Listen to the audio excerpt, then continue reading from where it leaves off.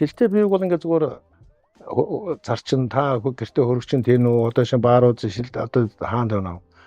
Драфт биег бол заавал өөрийн гэсэн хөрөгчин тийж өөрийн гэсэн одоо технологиор аягалж яг өөрийн аягандаа бас их уух хэрэгтэй байхгүй юу? Шилтэй бол ласта биег та шилээр нь лазаар нь уучна шүү дээ. Драфт биег зөвхөн өөрийнх нь аяганд дуух хэрэгтэй. Яг бол энэ бол дэлхийн нийтийн драфт бивний хэв хэмжээ. Заавал тийм байх хэрэгтэй. Жишээ нь манай драфт бивийг өөр одоо юу гэдгийг одоо бивний аяганд дуух бол энэ бол маш бүдүүл галдаа гэж тоосдог байхгүй юу? Бив угцаад. Тэгэхээр бид нар бол нэг л Чингис өгсөн бол өөрийн тэр хөрөгчийн өгн өөрийн тэр краны өгн өөрийнхөө аягийг өгн аяган доор тавьдаг суур цаасаа өгн тэр нь Чингисийг аяган Чингисийг мэдээж одоо баарууч нь 0.5 0.33 зарж байгаа ш. Тэр хоёр хэмжээтэй аягаа өгн нэг талаар энэ нэгэд одоо бидний ингээ өгж байгаа зардал мэт боловч энэ нөгөө талаар энэ маш том маркетинг багхгүй юу? Чингисгээ пивийг Чингисийн аяганд л уух хэрэгтэй. Өөр пивийг өөр аяганд уунуу энэ бол бидний асуудал биш.